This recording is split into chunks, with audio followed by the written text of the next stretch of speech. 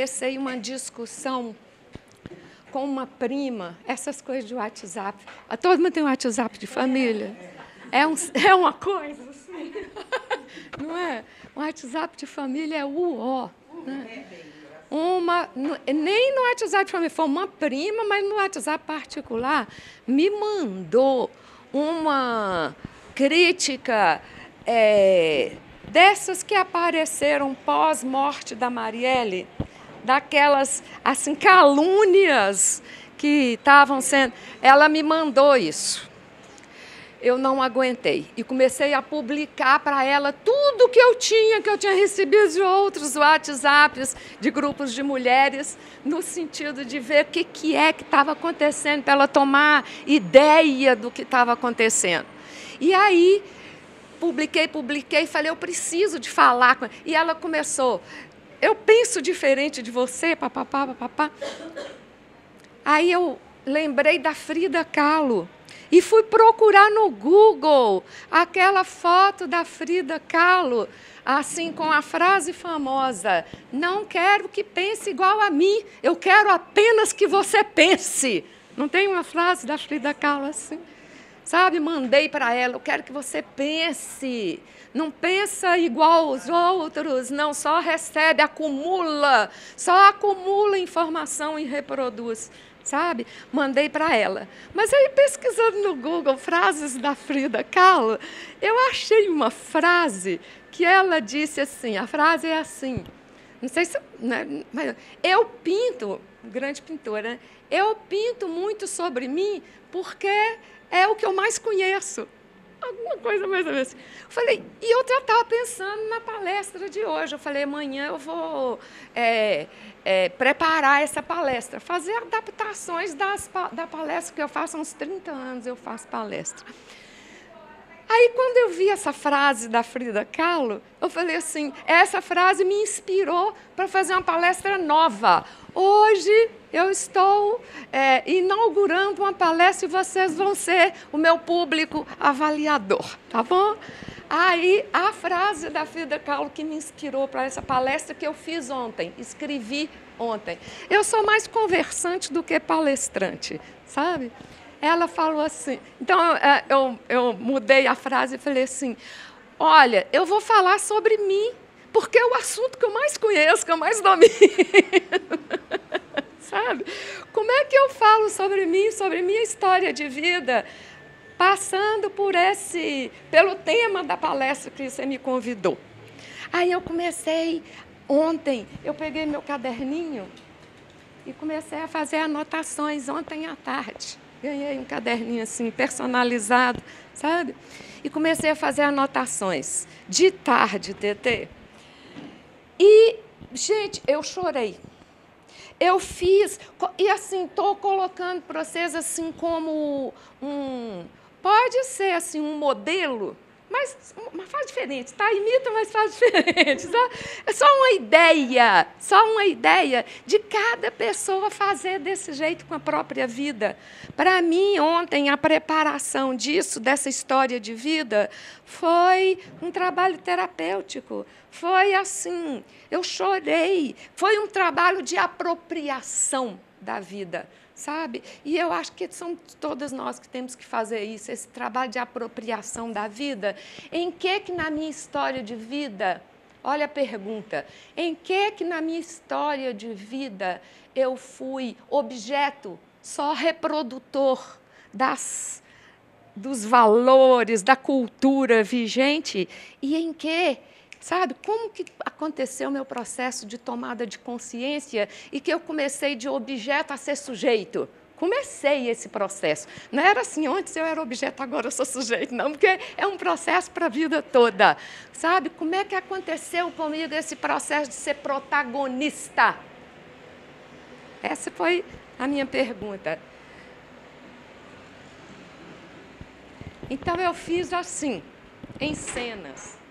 Sugestão para todo mundo fazer, tá? Não precisa, pode fazer escrevendo, pode fazer cantando, pode fazer filmando, pode fazer só pensando, pode fazer falando para filhos, para comunidade, para para todo mundo, sabe?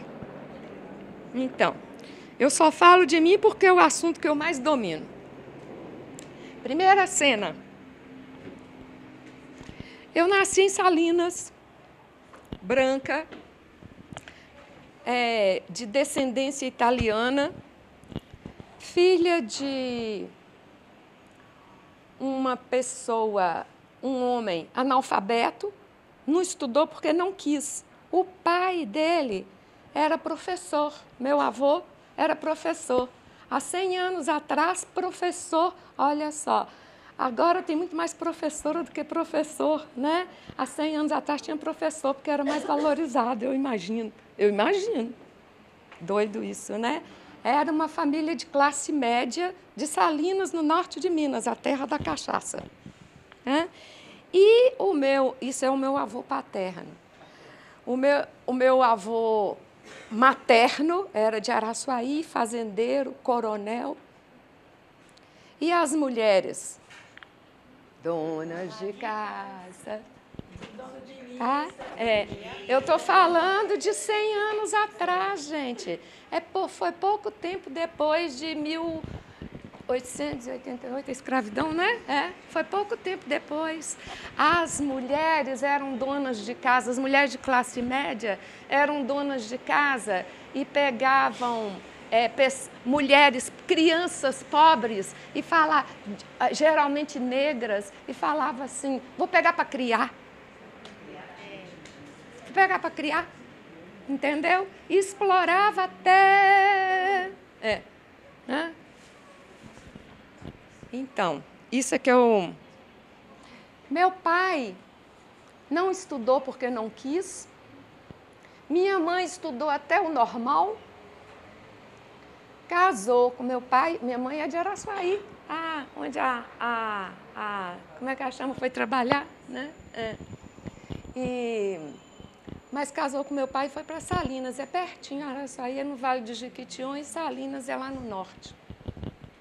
Meu pai deixou de ser fazendeiro porque minha mãe não gostava de fazenda e foi ser comerciante. Ele tinha uma loja e casou com minha mãe. Eu acho que ele cobrou isso da minha mãe a vida toda. Ele deixou de ser quem ele queria ser. A minha mãe impôs isso para ele, mas ele também falou, eu vou te escravizar para o resto da vida. A relação dos dois era horrível, era horrível. E eu acho que tem esse fundamento. Isso é na primeira metade do século passado. Eu nasci no meio do século. E fiquei em Salinas até os 10 anos. Mais ou menos 64, 65, por aí, eu mudei para Belo Horizonte. Segunda cena. Eu mudei para Belo Horizonte, assim, minha mãe teve 2 filhos. Um homem, meu pai e minha mãe tiveram 2 filhos, um homem mais velho do que eu e uma mulher. A minha mãe, naquela época, foi assim, é a única pessoa que eu conheço que teve só 2 filhos, porque evitava filho fazendo tabela. Eu lembro desse livrinho de tabela, eu lembro disso. A minha avó, mãe dela, teve 18. E de 2 em 2 anos, a hora que começava a acabar o leite, já ovulava e já tinha outro filho. 18 filhos. Mas a minha mãe teve 2. E aí, quando meu irmão estava numa idade para fazer ginasial, não, para fazer científico. Antigamente era científico. Quase todo mundo aqui é dessa época, não é? Científico. Você também, Tetê? Científico, Aí eles vieram para Belo Horizonte por causa de quê? Para investir na profissão do meu irmão. Porque naquela época, filho homem, para a classe média, tinha que ser médico ou engenheiro. Só existiam essas 2 profissões, né? Médico, engenheiro, advogado. Então, vamos para Belo Horizonte, para o meu filho estudar em escola boa, para ser médico e engenheiro. A minha filha, sabe, não tinha o menor objetivo de vida para a minha filha. sabe? Devia ser assim. Acho que o máximo que eles tinham de expectativa em relação a mim era fazer o normal, que naquela época era professora, casar e ter filho. Casar e ter filho, né?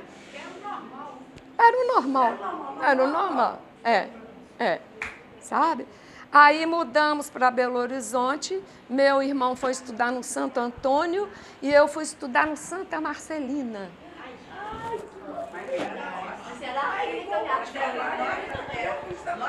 Lá em Salinas eu já estudava em colégio de freira.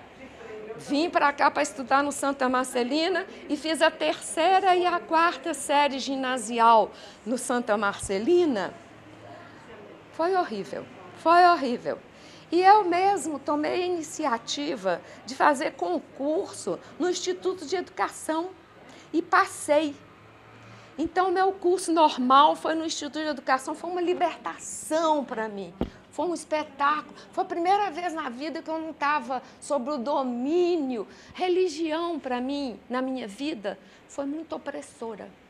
A religião, para mim, foi muito ruim, sabe, na minha vida. Então, eu abandonei a religião. Isso não significa que eu não tenho uma religiosidade, uma espiritualidade muito grande. Mas eu não tenho nenhuma religião formal, né? Fui para o Instituto de Educação. Lá foi ótimo, 3 anos maravilhosos. E aí fui para a psicologia, antigamente a PUC chamava Universidade Católica. Eu já mudei de cena, né? Deixa eu ver se eu guardei aqui. Ela é só ver aqui. Aí comecei a estudar psicologia. Quando eu passei, essa cena é muito importante. Quando eu passei em 6º lugar na faculdade, a faculdade de psicologia, eu morava na Savassi, minha mãe ainda mora na Savassi até hoje. A faculdade de psicologia funcionava perto da Praça da Liberdade, na Avenida Brasil. Psicologia e Direito, da Católica. Eu cheguei em casa toda feliz, porque tinha passado na universidade. Aí meu pai falou assim, você não é gente de estudar na Católica, não? Tudo que me salva me mata. Guimarães Rosa fala isso. É bom a gente rever a história de vida e ver como que a gente vai apropriando e transformando desventuras, tristezas em conquistas. Tudo que me salva me mata. Falei, sou gente, não. Vou começar a trabalhar e vou pagar a minha escola. E comecei a trabalhar de secretária. E ele, sendo gente de estudar na Católica, enquanto meu irmão, 1 ano antes, fez vestibular para medicina em Brasília, e ele sustentava meu irmão em Brasília. E eu não era gente de estudar na Católica. Comecei a trabalhar e ele nunca pagou escola para mim. Isso foi uma experiência boa. Meu irmão teve dificuldade de adaptação profissional, porque ele estudou, formou, fez residência e não trabalhava, custou entrar no mercado de trabalho. Isso é interessante, sabe? Então, enquanto eu estudava, eu já estou na 4ª cena, enquanto eu estudava psicologia, eu casei a primeira vez. Eu casei a primeira vez para sair de casa. Eu não tinha coragem de sair de casa. Você também? Eu casei para sair de casa, não tinha coragem de sair de casa eu sozinha. Então, casei. Casei no meio do curso. Até final do curso, eu já tinha separado. Eu fiquei uns 3, 4 anos casada. E voltei para casa. Eu separei e voltei para casa. Do meu pai e da minha mãe. Sim. Tinha uma tia que morava comigo, que morava na minha casa. Ela me contou mais tarde que, assim, a minha mãe ajoelhava e pedia iluminado, porque eu era puta. Eu era puta. Tá? não tinha outra palavra, era isso que eles falavam de mim. Tá? E formei e comecei a trabalhar. Não, eu continuei trabalhando como psicóloga, onde eu era secretária. Enquanto eu trabalhava como secretária, eu estudei psicologia, paguei meu curso e me reclassifiquei e criei nessa... Eu tive uma oportunidade rara que, recém-formada, essa empresa não tinha nada de RH. E, recém-formada, eu tive a oportunidade de criar o setor de RH na empresa. Foi uma não tinha ninguém para me criticar. Não tinha... Mas isso também durou pouco. Pouco, assim, 2 ou 3 anos depois, o gerente administrativo, do qual o RH era subordinado, caçou um jeito de me despedir, porque eu estava fazendo demais na empresa, entendeu? E eu saí, tá? Mais ou menos nessa época, antes de casar, quando eu voltei para casa, pouco tempo depois, eu comprei meu apartamento no Santa Teresa e mudei. E comecei a morar sozinha. Isso foi muito importante para mim. E comecei a me sustentar. Meu pai e minha mãe não sabiam onde eu morava. Era nesse tempo. Não sabiam, eu não queria que eles fossem lá em casa. Eu não queria que eles fossem lá em casa, sabe? E eu sabia do que eles falavam de mim através da minha tia, né? E aí, foi nessa época que eu comecei a namorar de novo com um colega de faculdade, sabe? E aí a gente resolveu casar. E aí nós fizemos uma cerimônia de casamento, tá? Eu larguei meu apartamentinho em Santa Teresa e fui morar no apartamento dele no São Lucas. E aí, foi aí que eu acho que eu comecei, sabe aquela força revolucionária que eu tinha, que eu contei já de alguma forma? Começou a acabar, gente, começou a diminuir, sem que eu percebesse. Aí eu tive um filho, anos 80. Em 80, meu primeiro filho. Em 85, minha segunda filha, eu tive também um casal. Sabe? E eu fui diminuindo o trabalho, eu fui diminuindo de trabalhar, até que eu fiquei só dando aula numa faculdade, sabe? É pior ainda, eu acho que é pior do que parar de trabalhar, porque quando para de trabalhar, você escancara a sua dependência. Aí, quando você trabalha um pouquinho, você esconde de você mesmo, você acha que você está trabalhando e ganhando um pouquinho desse aqui, sabe? Vocês conhecem profissional para gasolina? Eu pago a gasolina do meu carro. E quem que te deu o carro? E o carro funciona álcool, deve ser aquela gasolina para ligar o carro. Entendeu? É de rir para não chorar. Sabe? Eu não tinha autonomia nenhuma. A autonomia é muito maior do que a do bolso. É de pensar, de sentir, de agir. Mas passa pelo bolso. Porque sem a do bolso, a gente não tem as outras, né? E aí eu fiquei sendo a profissional para gasolina. Sabe? Pagava a gasolina no meu carro e achava que eu tinha autonomia. Não é? Muito doido. Aí começou, nós mudamos para o Sion, meus meninos foram crescendo. Não, meus meninos não. Aí eu estou assim, isso aí eu estou falando de 80 a 85.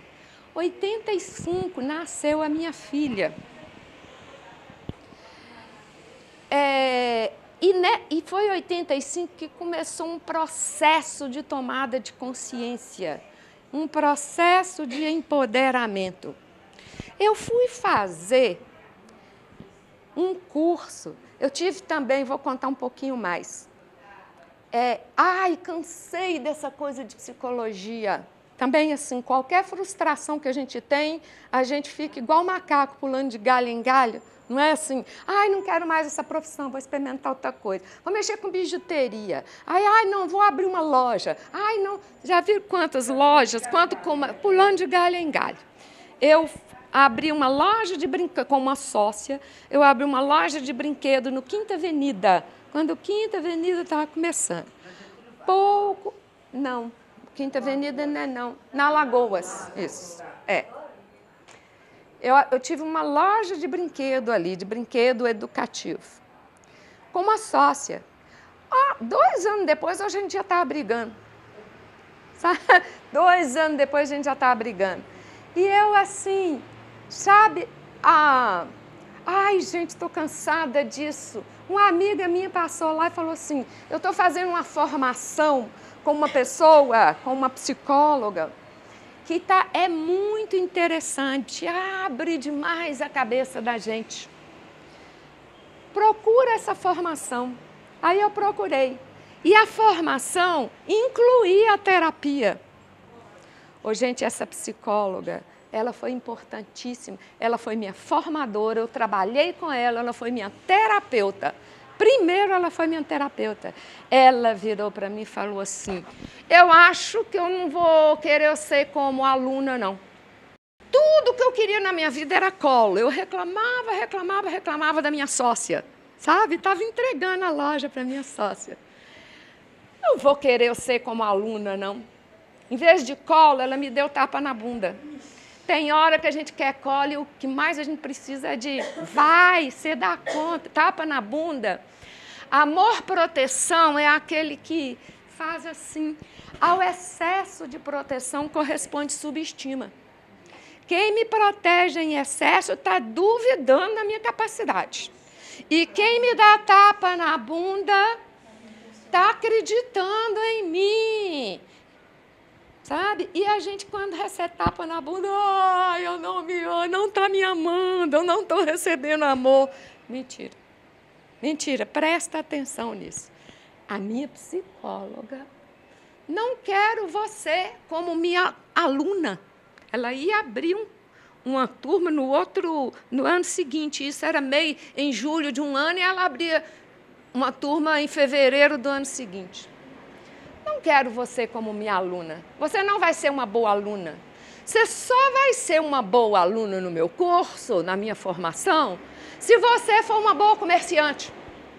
Você está abrindo as pernas para a sua sócia. Vai lá e apropria do que é seu. A hora que você terminar a sua loja bem, aí você volta para cá. Quase morri. Eu saí de lá assim, nunca mais eu volto, nunca mais eu volto, sabe? Chorei, dormi. No outro dia eu acordei com uma luzinha. Ela deve ter razão em alguma coisa que ela estava falando, gente, ela é psicóloga. Eu vou experimentar. Sabe, a gente entende um pouquinho e faz um pouquinho. Aí a gente entende mais um pouquinho. Aí a gente faz mais um pouquinho. E aí a gente entende mais um pouquinho. O processo de amadurecimento é esse, sabe? Eu falei, acho que eu vou fazer. Em vez de eu ficar brigando com a minha sócia, eu vou chamar um advogado.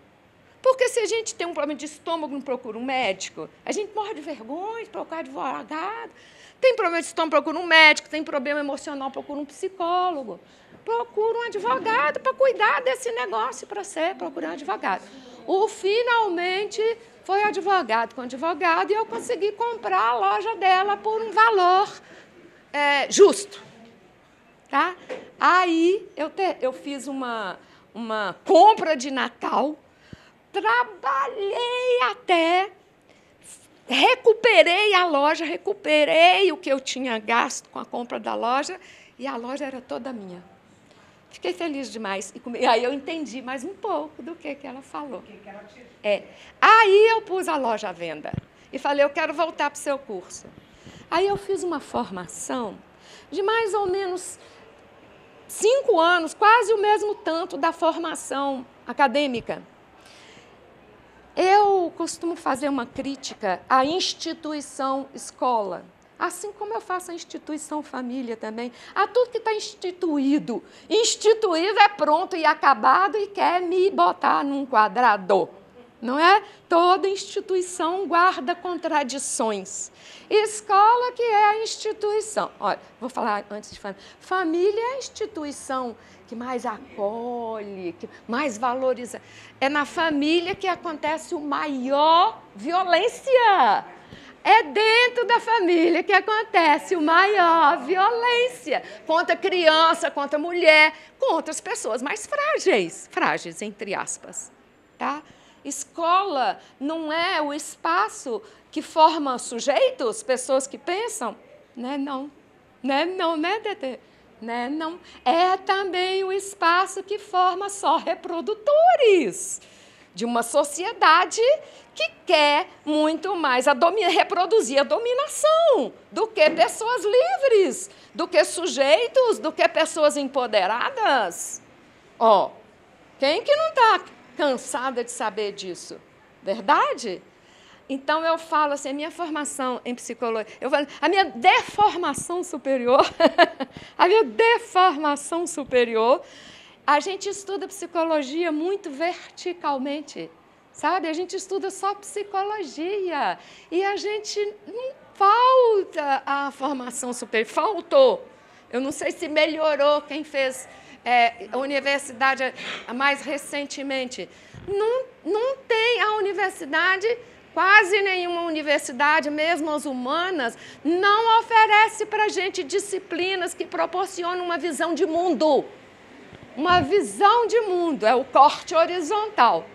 Isso é para a vida toda. A vida toda a gente tem que estar fazendo um corte vertical na minha profissão e um corte horizontal de visão de mundo. É assim, como que eu estou aplicando a minha sabedoria, o que eu sei, o que eu formei, para transformar o mundo? Ou eu estou aplicando tudo que eu aprendi na faculdade só para reproduzir o mundo? Essa é uma pergunta importantíssima para qualquer profissional, não é? Voltando à minha formação, uma formação filosófica, antropológica, cultural, que me proporcionou uma visão de mundo que abriu a minha cabeça. E tudo que eu fazia até então, olha, gente, essa formação foi depois de 85, eu formei em 65, 20 anos depois que eu formei, eu fiz uma outra, e fazia uma porção de coisa, eu fazia uma porção de cursos pequenos nesses 20 anos, sabe? Mas ela me proporcionou, era tudo fragmentado. Eu achava que, sabe, assim, eu fazia um curso aqui, e não sentia apropriando da minha profissão enquanto transformadora do mundo, sabe? Essa formação me proporcionou isso, essa formação antropológica cultural. Com essa formação, vocês acham que eu zerei, que eu joguei fora tudo que eu sabia antes? Não. Eu juntei tudo e resgatei tudo e encontrei a minha maneira de atuar. Tá? Foi aí que eu comecei a atuar em clínica, sem perder o que eu tinha antes. Eu tenho uma empresa de treinamento de relações humanas para o público e para o privado, para empresas privadas, para cooperativas, para instituições públicas, para escolas. E sou também terapeuta. O que eu falo para uma pessoa, eu falo para 20, falo para 200. Eu só falo disso que eu estou contando para vocês, sabe? E nessa formação, você quer ver que coisa interessante? Agora eu vou ser teórica. Quanto tempo ainda tem? Então, 1 hora eu almoço. Está quase acabando. Tá bom. Mas tá tão bom que eu tô sentindo assim como o troço tá encaixando.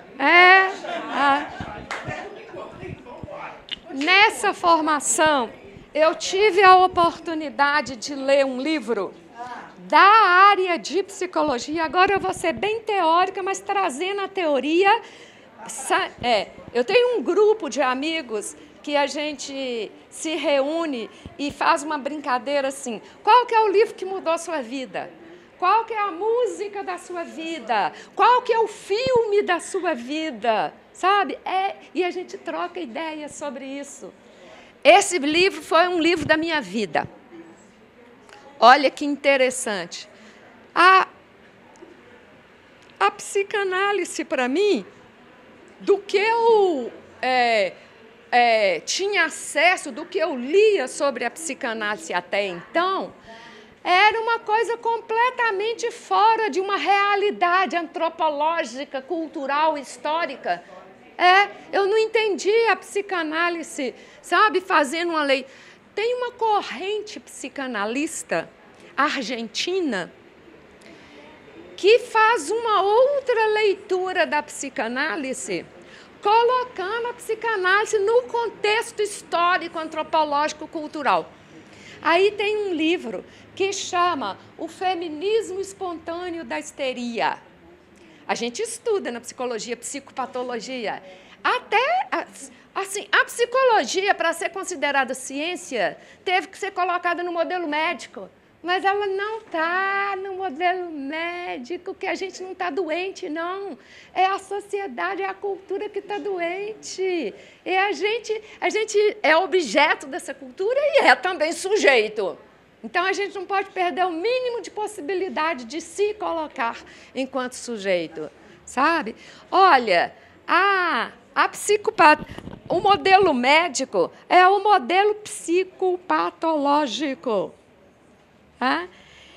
Aí vem uma teoria e fala assim, tratada do mesmo jeito e colocada no mesmo saco da histeria, mulheres são histéricas, todas nós somos histéricas. Tratada do mesmo jeito e colocada no mesmo saco da histeria, tem pelo menos 3 tipos de mulher. E que tem que ser considerada diferente e que tem que ser tratada diferente. Gente, 3 tipos. E elas guardam semelhança, sabe? Eu me vi em todos 3. Presta atenção. Eu comecei a ler, falei, gente, mas eu sou essa. Aí li o segundo tipo, falei, gente, mas eu sou essa. Li o terceiro tipo, gente, mas eu sou essa. Vê se vocês concordam comigo. O primeiro tipo de mulher não é histérica, chama passivo feminina. Passivo feminina é a mulher que internalizou tudo que ela... Obrigada, querida. Que internalizou tudo que ela... tudo do culturalmente destinado a ela enquanto papel. Entendeu? E ela reproduz isso. Ela está internalizada, o belo recatado e do lar. Pensam que isso é de quem nasceu em 50? Não. Tem mulher que nasce agora e ainda é educada para isso. Todas nós somos educadas para isso. Essas mulheres não podem... Os conflitos não podem aparecer. Os conflitos são todos engolidos. Eles só aparecem na forma somática. Eles aparecem na forma de dores, de cânceres, de sintomas. Esse é o tipo passivo feminina, que todas nós somos educadas para. Aí, o segundo tipo é a histérica. A histérica é a que vive o conflito. A esticada, olha, tá vendo? O conflito saiu de alguma forma na história de vida dela, o conflito emergiu, mas ela está completamente esticada. Ela vive um sofrimento entre os ganhos. Porque tem ganhos, sim, são secundários, porque o maior, que é a liberdade de ser sujeito, a gente não tem. Mas tem ganho demais. Os ganhos da posição da passiva feminina e a construção da resposta. Quem sou eu? Que é a identidade. Identidade é a construção da resposta para a vida toda. Quem sou eu? Então, a histérica vive esse esticamento, esse conflito permanente. Tá? Terceira categoria. Ela cresceu... Eu sou histérica. Preste atenção. Eu sou também a primeira categoria. Também. Todas nós somos. Ah, então, gente, a cura, tá? Dentro do modelo médico a gente tem cura. Mas eu boto cura entre aspas. Cura é tomar de consciência. Cura é a gente saber reconhecer em que papel que a gente está e saber dar um... Sabe? Saber rir da gente, por exemplo. Sabe? Rir da gente desoxida. Faz a gente rir. O riso abre a cabeça. Riso abre a cabeça. Terceira categoria não é mais histérica. Guarda a histérica. Guarda a passiva feminina. Mas não é mais. Todas nós também somos fálico-narcisistas. Vou explicar para vocês o que é fálico-narcisista. Fálico-narcisista é a mulher... Tá bom o som? Ou precisa mais perto? Não. Fálico-narcisista é a mulher que conseguiu construir respostas a essa pergunta, quem sou eu? Mesmo às custas e mesmo com a ameaça de uma sociedade, de uma cultura que fala assim, você pode até crescer, mas você não vai ter mais direito a isso, aquilo, outro. Entendeu? Você não vai ter mais direito a um amor na vida. Você não vai ter mais direito às benesses que a cultura favorece à mulher na primeira categoria. Aí a gente fala, mesmo assim eu vou. Tá? E percebe que não é às custas de cortar uma parte da gente, mas que acontece e a gente tem que estar atenta a essas ameaças culturais, porque essas ameaças culturais elas são sutis do tamanho de uma patada de elefante. Às vezes sutis do tamanho de uma manada de elefante. E às vezes a gente não vê, mas quando a gente vê, é que a gente vê o tamanho da sutileza. Pá! Né? Desse jeito.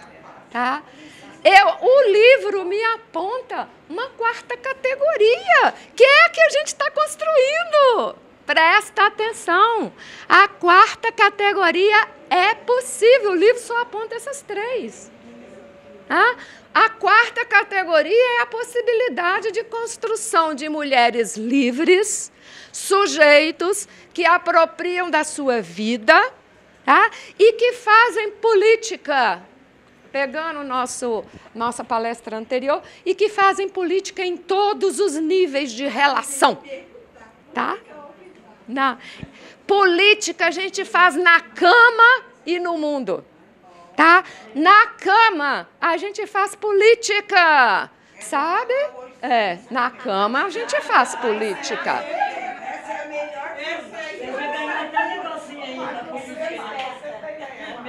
Em casa, a gente faz política.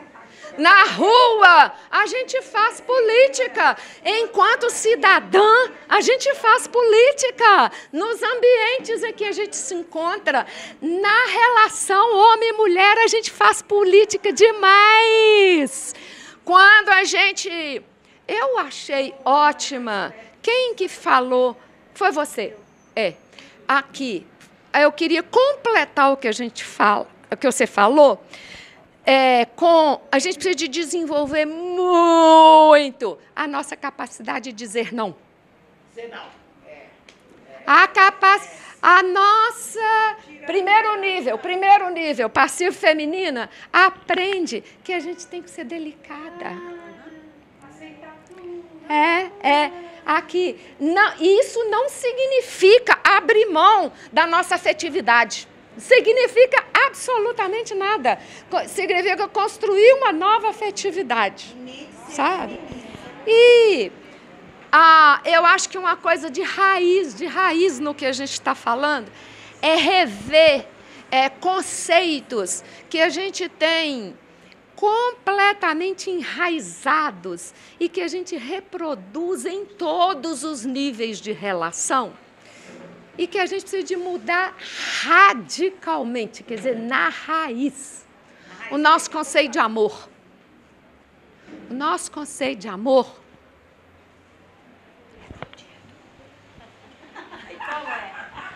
é muito, é escravizante. Sabe?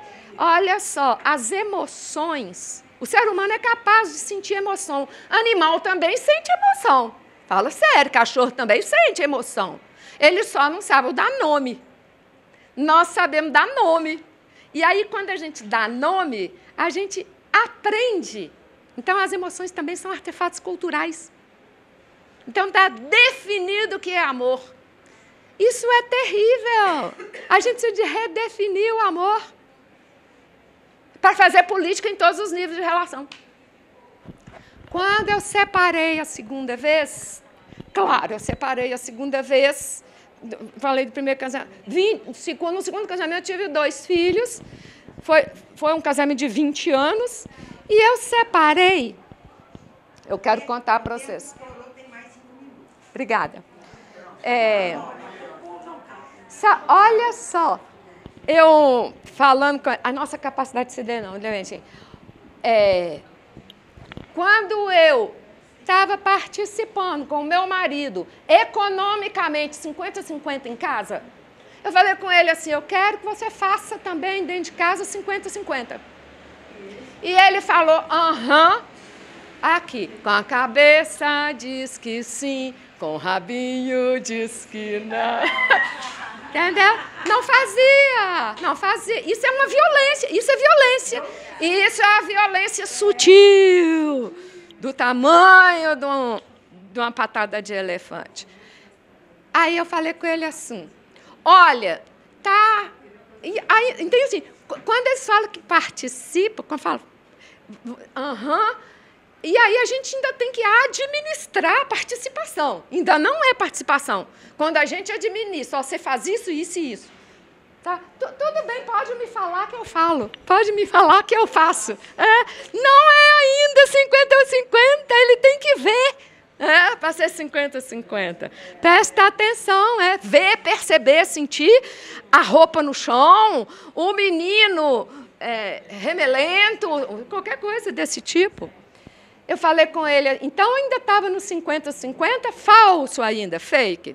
Falei com ele assim, tem um chuveiro que estourou a resistência e tem barata no nosso closet. Tem que detetizar e tem que trocar o chuveiro. O que você quer fazer? Ele falou assim, eu quero trocar o chuveiro. Eu falei, tá bom, vou detetizar. Aí detetizei, tirei tudo, chamei o detetizador, papapá. Fiquei esperando. 1 mês, 2 meses, 3 meses. 3 meses depois, nós saímos para tomar uma cerveja. Falei assim, você lembra que 3 meses atrás você falou do chuveiro? O chuveiro está lá até hoje. Tinha outro chuveiro, gente, funcionando. Mas fazia falta. Ele falou assim, mas eu resolvi não fazer o chuveiro não, porque você é muito autoritária. Nesse dia eu resolvi separar. Claro que não foi só isso, isso foi a gota d'água. Isso foi a gota d'água, evidentemente. Separei.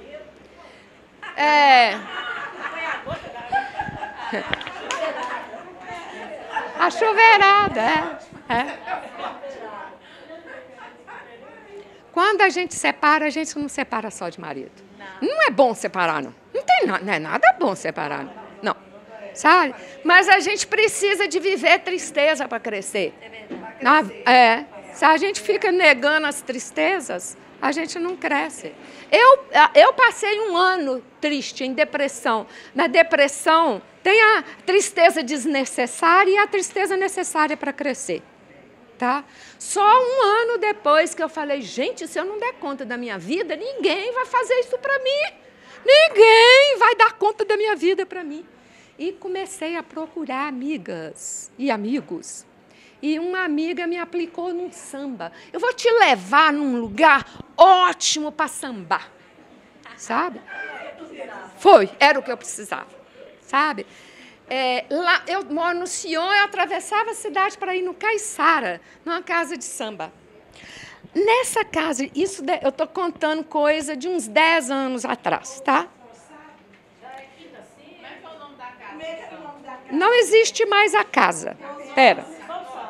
Era o Cartola. É.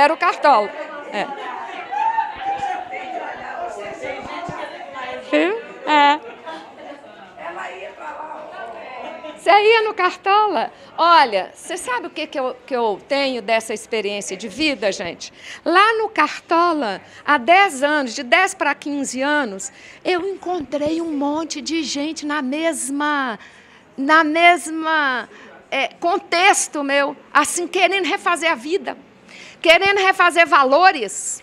Sabe? Essas coisas que ensinaram para a gente, família, religião, igreja, sabe? Querendo refazer valores orientadores para a vida, para bem viver, para qualidade de vida. Qual instituição que ensina para a gente o valor da amizade? Nenhuma. E a amizade é uma das relações mais preciosas, sabe? No Cartola eu aprendi isso e, como eu sou psicóloga, eu sou muito escutadeira, eles falam que foi eu que criei, mas não foi eu que criei, eu escutei e divulguei, sabe?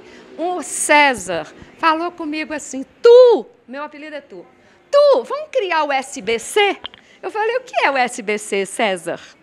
Samba, bobagem, cerveja. Samba, bobagem, cerveja. O samba e o César sumiu. E eu comecei a divulgar a ideia do samba, bobagem, cerveja. E o samba, bobagem, cerveja foi juntando gente. O Cartola acabou e o SBC continua. Como um grupo de amigos que se reúne para conversar sobre a vida e sobre as relações, para construir novas formas mais saudáveis de relacionar e fazermos projetos socioculturais. Um deles é um bloco de carnaval que já tem 6 anos que a gente sai. Tá? Outro projeto do SBC. E o SBC virou um conceito de vida. Sabe? A identidade do SBC é isso, é um grupo que faz projetos socioculturais. O SBC não, o SBC é um grupo aberto, é um grupo inclusivo. Quantas pessoas tem o SBC? Depende, se você se identificar com os valores do SBC, você já é SBC. Aberto, inclusivo, anárquico, democrático, ecológico e feminista. Não necessariamente nessa ordem. A gente supervaloriza o riso, a gente supervaloriza as amizades e a gente supervaloriza o sentido estético aplicado à vida e às relações. Para além do sentido moral, do que é certo e errado, o que é bonito e feio para a vida, é muito mais orientador para bem viver. E eu escrevi um livro sobre o SBC. É um livro de crônicas. E esse livro é um projeto sociocultural. Está aqui. É um livro de crônicas que você pode ler em qualquer ordem, mas tem uma crônica aqui bacanérrima, que é o amor romântico. Esse conceito de amor tão impregnado em nós que a gente precisa de ir destruindo. Está impregnado nas músicas, na arte. A arte é transformadora e a arte também é reprodutora. Então, a gente precisa saber que música que a gente está cantando. Se a gente está cantando músicas libertadoras ou se a gente está cantando música opressoras, que estão repetindo a opressão, porque entra igual chiclete. A gente canta, a gente gosta e vai cantando sem querer, e vai desejando isso. Pior é que a gente vai desejando. O amor que mata, o amor que mata. Mata emocionalmente e mata fisicamente também. Eu trouxe um livro para sorteio e trouxe 10 para vender, porque a venda do livro, gente, eu não quero dinheiro, eu quero a fama.